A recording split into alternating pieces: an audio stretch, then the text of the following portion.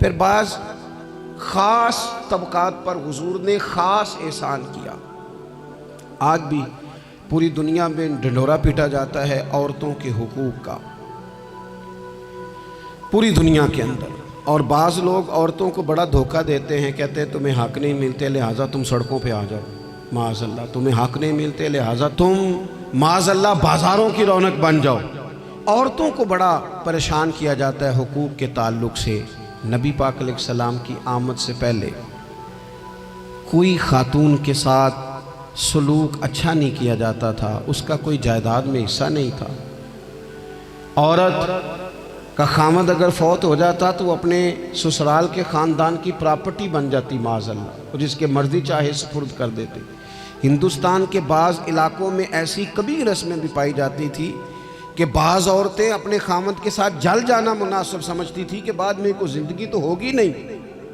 اور بیوہ خاتون اور طلاق یافتہ خاتون،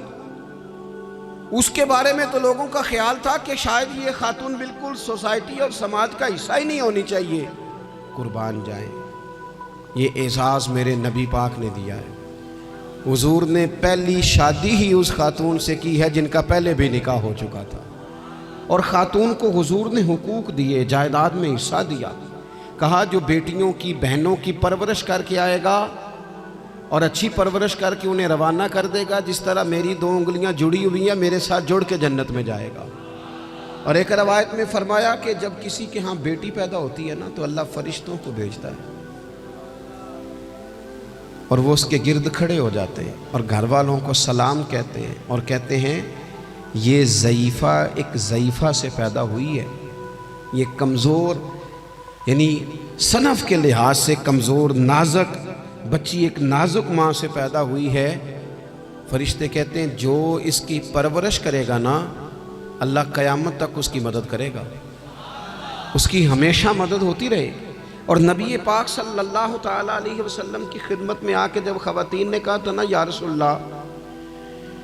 ہمارے تو دین دنیا کے معاملات میں مردوں کے تعلق سے کمزوری ہے، کئی دن تو ہم ویسے نماز نہیں پڑھ سکتی مہینے میں، کئی دن تو ہم ویسے عبادات کے قریب نہیں جا سکتی،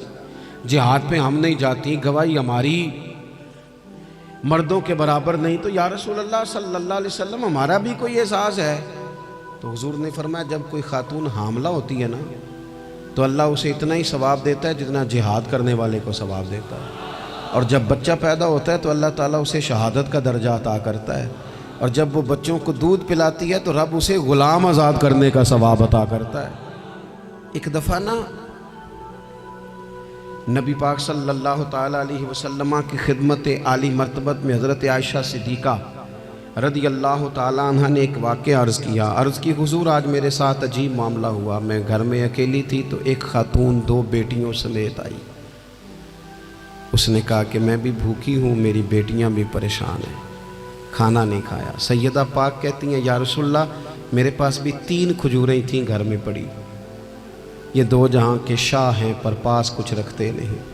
اور 2 جہاں کی نعمتیں ہیں ان کے خالی ہاتھ میں۔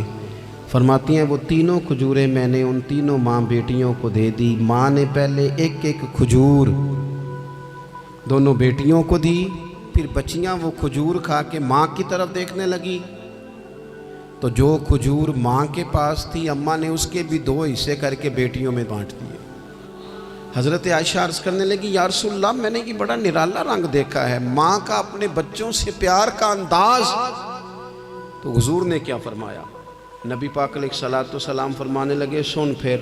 اللہ تعالیٰ نے اس عورت پر جنت کو واجب کر دیا ہے، فرمایا اللہ نے اسے جہنم سے دور کر دیا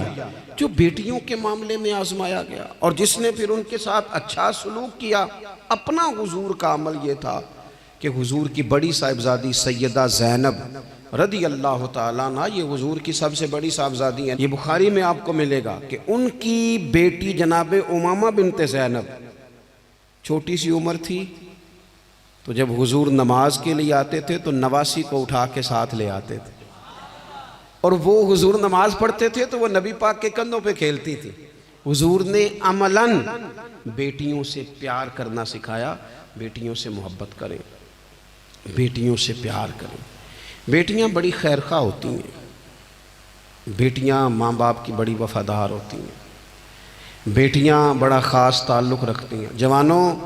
آپ سے بھی کہوں گا بہنوں کی طرف توجہ رکھیں، جو کسی کی بہن آپ کے گھر ہے اس کا بھی خاص احساس کریں، وہ بھی کسی کی بہن ہے، لیکن اپنی بہن کے ساتھ بھی خاص نسبت کا تعلق قائم رکھیں۔ رشتوں میں اعتدال ہونا چاہیے۔ اس صنف کو نبی پاک علیہ السلام نے خاص کر کے نوازا ہے، اور ہمارا بھی ان کے ساتھ خاص رشتہ ہونا چاہیے۔